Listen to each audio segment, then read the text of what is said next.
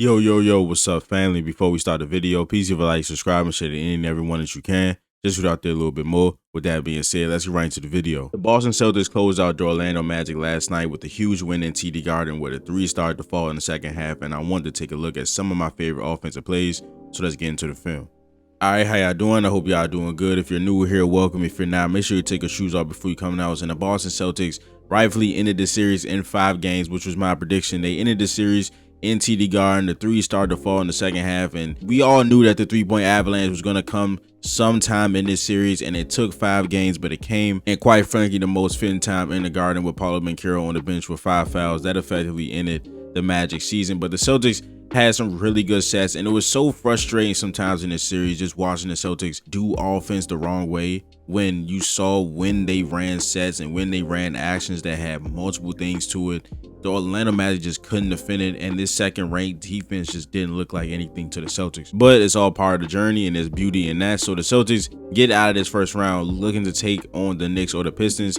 I want to play the Knicks, but I just hope that series goes 7 so we can have as much time to rest. We still got Drew Holiday, who was out a couple games. We got, some lingering injuries with Jaylen Brown, some wrist issues with Jason Tatum, but those guys looked fine in this game. So here we're going to have a step-up screen by Kristaps Porzingis. A step-up screen is different from a regular screen. A step-up screen is a screen set towards the opposite baseline, and this is used to get the pick and roll handler going downhill. So, and to me, this is the easiest way to get your pick and roll handler going downhill at the big, and the easiest way to negate whoever is guarding your pick and roll handler. So what this does here, and if you saw my last video, if you remember some of the stuff I was saying in that video about KP turning into more of a roller, it's KP has to set these screens. Like sometimes he'll just go into the screen and try to like push the person a little bit, not actually setting the screen, and Orlando is super physical, so that's not going to work.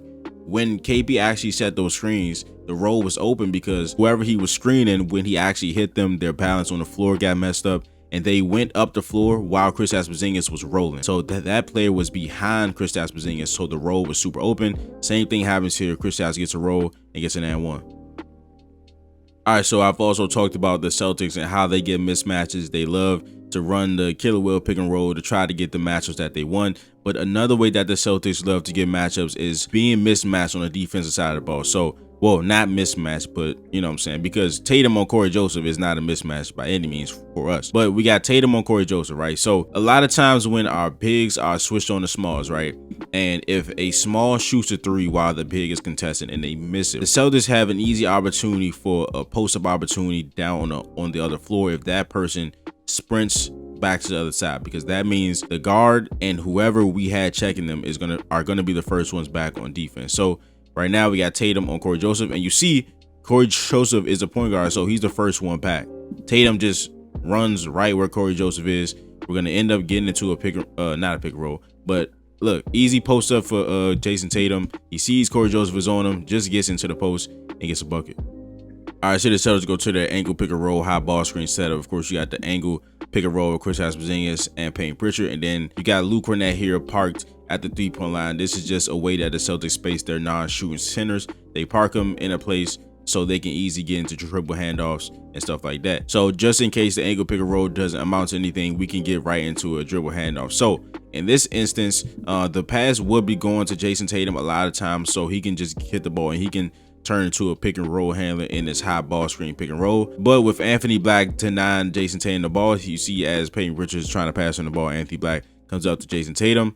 Payton Pritchard tries to initiate some blind pick action. Tatum doesn't end up going over there. But again, this is why I like this setup, because it just presents so many options for the Celtics on the offensive side of the ball. So Luke Kornet hits the ball. We could have went blind pick. Tatum just goes into the paint, and Luke Kornet does a nice job of seeing the leverage that Jason Tatum has right here. Anthony Black is playing him kind of high, and Jason Tatum gets one slither of space to the paint. Luke Kornet puts it right where it needs to be. Like that is perfect placement. He doesn't put it to the outside. He puts it to Tatum's outside hand. Anthony Black has no chance for that, and Tatum dunks it. And if it ain't broke, don't fix it. The Celtics have been running this baseline out of bounds play this entire series. The Celtics have 2 favorite out of bounds plays. So either if it's a blob play, which is baseline out of bounds, or a slob play, which is sidelines out of bounds, more often than not, the Celtics are either going to run that stagger action for somebody where you have 2 less stagger screens with the post up option, or they're going to run this play where Kristaps Porzingis gets a back screen from a small. So Payton Pritchard is going to set this back screen / rip screen on John Isaac. So whoever is checking the screener has to stop Kristaps Porzingis, right? Even if they stop him from getting the ball on the cut, we can still just get a post-up opportunity with Kristaps Porzingis really close to the basket. So Peyton Pritchard sets a good screen on John Isaac, gets him off of the body of Kristaps Porzingis, and we get an and one. All right, so the Celtics end up going to angle pick and roll again here, hunting Cole Anthony, trying to get him matched up with Kristaps Porzingis, and the Magic do something they don't usually do. They send two to the post, right? So what's important, right? When somebody sends two to the post, on the opposite side, you're going to have a numerical advantage, right? So now we have Franz Wagner trying to check two people.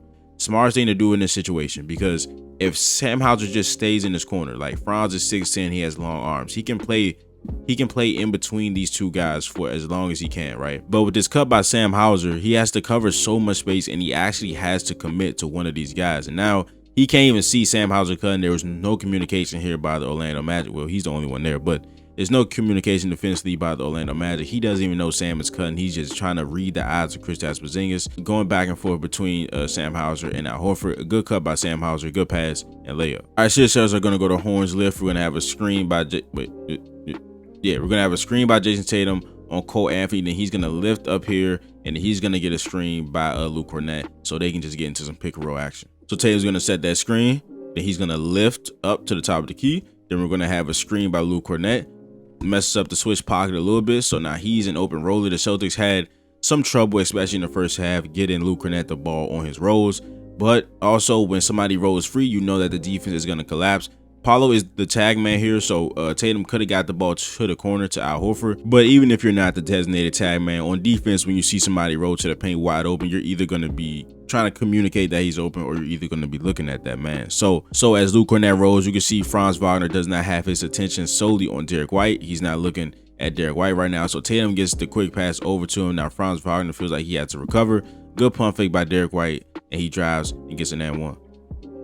All right, so the Celtics finally ran a play that I've been clamoring for this whole series, and the thought of this play came from the baseline out of bounds play, which I just detailed, where Kristaps Porzingis gets a back screen from a small, so he can either cut to the paint against a small defender or get a switch for a post up in the paint area. And this is called a UCLA cut. So a UCLA cut is when somebody has the ball, they pass to the wing, and then they get a high post back screen or just a really high screen by a small, so they can cut to the post area. The Celtics were trying to get the ball to Tatum. You see Franz Wagner is doing a nice job of denying the ball, so they just get it to Al Horford, and then they get into the UCLA cut. So again, the UCLA cut is when somebody passes the ball to the wing, and then you get a high post back screen or just a super high screen. The Spurs love to run this with Victor.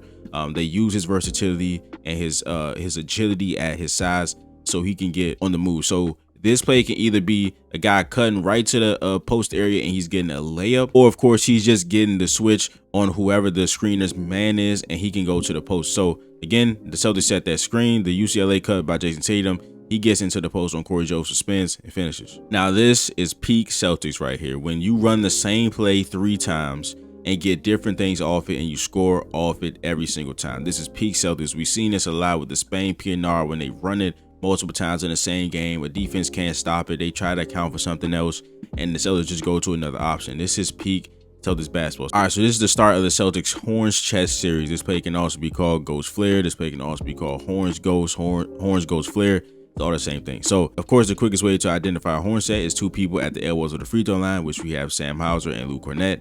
And what this play is, right, is Sam Hauser going to come up, he's going to set the ghost screen, then he's going to get a flare screen. So it's just a really simple action. It looks exactly as it sounds. Sam Hauser is going to come up, actually he's going to set that screen, and look at what the ghost screen does to Cole Anthony, right? You see how he's preparing us, and this is a really good way to mess up switching defenses, right? So you see he's going to come up and set the screen. Cole Anthony is preparing to switch this or to hedge on Jason Tatum. Sam Hauser gets out of that ghost screen really fast, and there's going to be a flare screen by Luke Cornett, and Sam Hauser is going to hit this 3. And if it ain't broke, don't fix it. So just go right back to the Horns Chest. You got Sam Hauser again setting the ghost screen and the flare screen by Luke Cornett. And you can kind of see the difference in enthusiasm in this flare screen by Cornett here. The first one, like, he actually set this screen for Sam Hauser to get open. And on this one, he just kind of let Sam Hauser go right past him. So that makes me believe that there's another option to this play, and that's what they were going to this whole time. So after the Horns Chest, action, the Celtics go right to Spain PNR. If you've been around my channel, you've seen that the Celtics run this a lot of times, and I've detailed this. But of course, for anybody that's new, Spain PNR is a type of pick and roll in which there's a back screen set for the ball screener's man. So Luke Cornett is going to be setting this ball screen for Jason Tatum, and once he sets this ball screen and he rolls, there's going to be a back screen set right here by Payton Pritchard. So of course you got the ball screen by Luke Cornett. You see Payton Pritchard right there. He's going to end up taking out 2 Orlando Magic defenders as they stumble. So that means Luke Cornett is rolling free to the basket. Of course, Franz Wagner is a tag man here, so he steps up off the corner for Al Horford and he gets the 3. And again, if it ain't broke, don't fix it. So just go right back to it. Got the ghost screen by Sam Hauser, but Jason Tatum just turns into, oh, hold on, AB, I like it, man. You a good young defender, got some size on you, pause if needed. But look what that in and out do to them happy feet. Look at the in and out do to them. And Tatum just pulls up, right foot 3 in his face. All right, so at this point, the Orlando Magic are demoralized, but that's not going to stop me from getting sets off. Luke Cornett just really knows how to play the game, and he's so good at screening and knowing the timing of screen. So just Sam Hauser coming over to him in the corner, he immediately gets into some extra screen action. So an extra screen is just a corner pin down. So it's a pin down for guys in the corner. So his defender can just be lagging behind just a little bit so he can get an open shot. But KCP was not really involved in this play, just like he wasn't in the series. Sam Hauser gets another corner 3. But that is the video. If you enjoyed it, please leave a like, subscribe, and share it to any and everyone that you can. Just shoot out there a little bit more. Now, we'll see you guys in the next video. This is Nick. Peace.